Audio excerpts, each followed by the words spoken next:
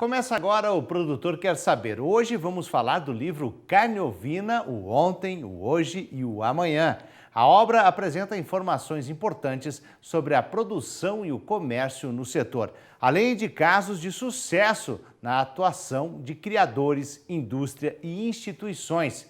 Os autores são o escritor e fotógrafo Luiz Alfredo Guimarães, o advogado Wilfrido Augusto Marques e o engenheiro agrônomo André Sório, que eu recebo aqui no estúdio. Bom dia, André, seja muito bem-vindo. Bom dia, é um prazer estar aqui. Esse não é o primeiro trabalho que vocês nessa área, né? Por que o interesse no setor da ovinocultura? A ovinocultura é uma atividade pecuária que é desenvolvida em quase todo o território nacional. São animais que estão no Brasil desde o descobrimento, quer dizer, vieram com os primeiros portugueses que chegaram aqui no continente. E, apesar disso, ela nunca se tornou uma atividade tão disseminada e tão importante quanto a bovinocultura no Brasil.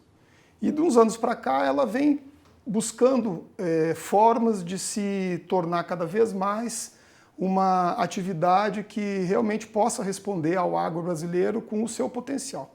E a gente, por trabalhar na área ou por serem criadores, alguns dos autores, né, a gente resolveu que deveria começar a mostrar para o público, mostrar para os produtores, mostrar para as pessoas da cidade que a ovinocultura é uma atividade importante, que ela tem um fluxo dinâmico de comércio próprio, um fluxo de criação próprio e que isso merecia ser de conhecimento geral. Agora, André, um dos objetivos desse trabalho é estimular o desenvolvimento da cadeia produtiva, é isso? Sem dúvida. A atividade de criação de ovinos ela é bastante difundida no Brasil, porém ainda carece de o que a gente costuma chamar de governança da cadeia produtiva, ou seja, uma articulação maior entre os produtores, entre a indústria e o comércio, para que o consumidor seja o grande beneficiado com essa articulação, tendo a carne à sua disposição nos supermercados, nos restaurantes, nos bares, enfim, onde ele resolver consumir. Então, o livro, uma das funções, talvez a grande função dele seja estimular o debate, provocar as pessoas para que elas vejam que a ovinocultura está acontecendo e tem pessoas e empresas e instituições que estão pensando nela e tentando fazer ela se tornar cada vez mais forte. Agora, André, qual é o tamanho então do rebanho brasileiro? Quantos criadores estão no setor hoje? O rebanho brasileiro tem dois momentos que se me permite aqui falar um pouquinho dessa história, que eu acho que é muito interessante para a gente conseguir entender o contexto.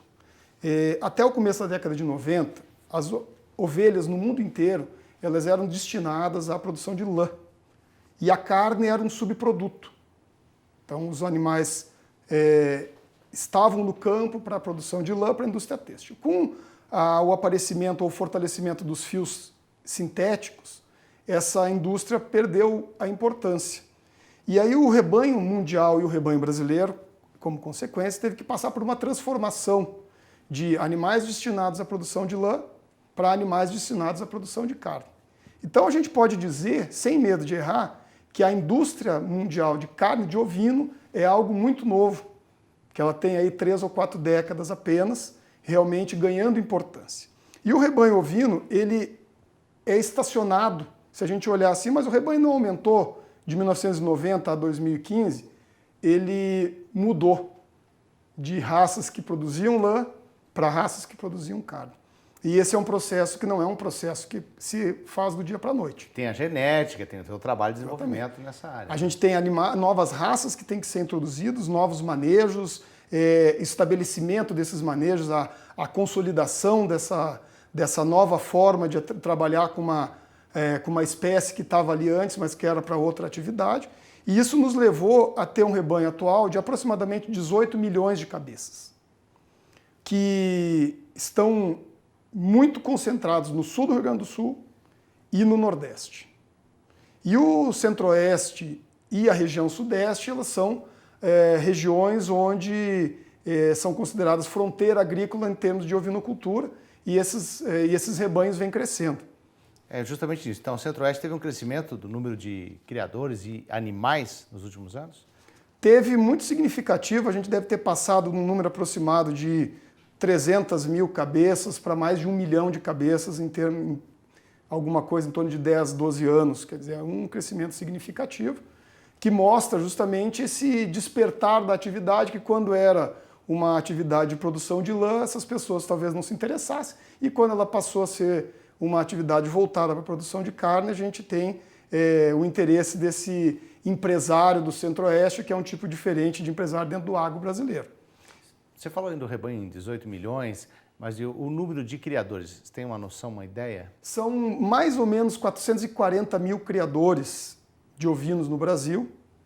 E a gente dividindo, então, pelo 18 milhões, dá algum número em torno de 40 cabeças, 45 cabeças por criador. Então a gente vê que é um rebanho que a gente tem muita gente criando, mas os rebanhos são relativamente pequenos em cada propriedade. Quer dizer, que é uma agricultura ainda, é uma pecuária ainda familiar, né? A grande maioria desses criadores, eu diria que 75% deles a gente pode considerar como agricultura familiar, de pequenos rebanhos, cuja produção está comprometida com a alimentação daquelas famílias. Elas são uma fonte importante de proteína para essas pessoas. E isso gera uma situação interessante, que a gente tem dificuldade de criar excedentes comercializáveis. Quer dizer, as pessoas produzem rebanhos relativamente pequenos e isso dificulta a economia de escala. A economia de escala e a entrega desses animais para frigoríficos. E aí você tem então essa... Quais são os principais produtos e derivados dos ovinos? Bom, no Brasil a gente é bastante conservador em termos de corte de carne ovina e basicamente se consome pernil, costela e paleta. Então esses 3 cortes são cortes que a gente vai encontrar em qualquer açougue, em Goiás, no Rio Grande do Sul, no Nordeste, sem grande dificuldade. Quando a gente parte para cortes mais elaborados, e aí o livro justamente mostra diversas iniciativas nesse sentido, de diversas empresas em vários locais do país, de mostrar outros cortes que sejam mais fáceis para a dona de casa, cortes mais modernos, para que a carne ovina possa entrar no dia a dia das pessoas. Acho que todas as carnes já passaram por essa fase, né? Justamente de buscar. Agora vocês estão buscando justamente esse diferencial nos cortes, a praticidade do dia a dia? A carne ovina brasileira ela é muito caracterizada por consumo em momentos de festa. As pessoas comem churrasco de ovelha em dia de aniversário, em momento de casamento, convida os amigos para comer um pernil de ovelha no molho no fim de semana. Então, a carne ovina no Brasil ela tem essa característica interessante, que é uma carne festiva. E para conseguir fazer crescer a cadeia, crescer o consumo brasileiro, sem dúvida precisa dar mais comodidade para o consumidor poder comer no dia a dia cortes menores, cortes mais fáceis de serem feitos, como espetinho, como hambúrguer ou como outras opções. Receitas, né? Tem que estimular também novas receitas nessa área. Claro, e aí o papel dos restaurantes nesse estímulo é muito grande. A gente aborda no livro a iniciativa de uma empresa de Alagoas que fez um trabalho muito grande junto aos restaurantes das mais diversas culinárias que seriam possíveis de adaptar a carne ovina para aquela realidade. Agora, no caso da carne, então, qual é o consumo médio do brasileiro? O Brasil ainda consome pouca carne em termos per capita, mas muita carne em termo total. Apesar de a gente consumir mais ou menos meio quilo por habitante por ano, isso quando multiplicado pela nossa população de mais de 200 milhões de pessoas, torna o Brasil o segundo maior consumidor de carne ovina das Américas. A gente só perde para os Estados Unidos, em termos de volume total, apesar do nosso consumo per capita ser relativamente pequeno ainda. Ele é mais concentrado no Sul? Ele é bastante concentrado no Sul, no Nordeste e nas capitais, especialmente Curitiba, Porto Alegre, São Paulo, Rio de Janeiro e Brasília. E precisaria dar uma estimulada em várias regiões onde o consumo ainda não é apreciado, ou pelo menos o consumo é baixo. Claro, e esse é um caminho importante para que a ovinocultura consiga ter um espaço de crescimento maior, esse estímulo ao consumo mais usual da carne ovina. Agora, e em outros países, esse consumo é maior?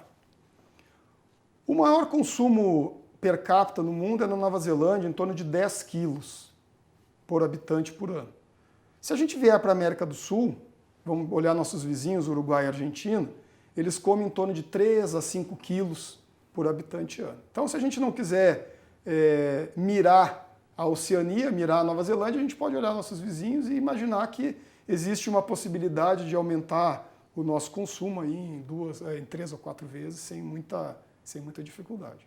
Agora, por experiência própria, eu sei que a carne é saborosa, nem preciso perguntar, mas quem não conhece deve experimentar?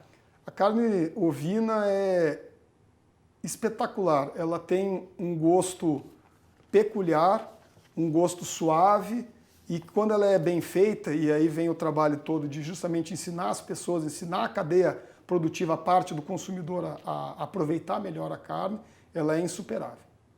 Então nós vamos fazer um pequeno intervalo, o engenheiro agrônomo André Sodi, logo depois do intervalo a gente retoma então esse assunto falando todo sobre a cadeia produtiva, sobre o lançamento desse livro Carne Ovina, o Ontem, o Hoje e o Amanhã. É um instante só.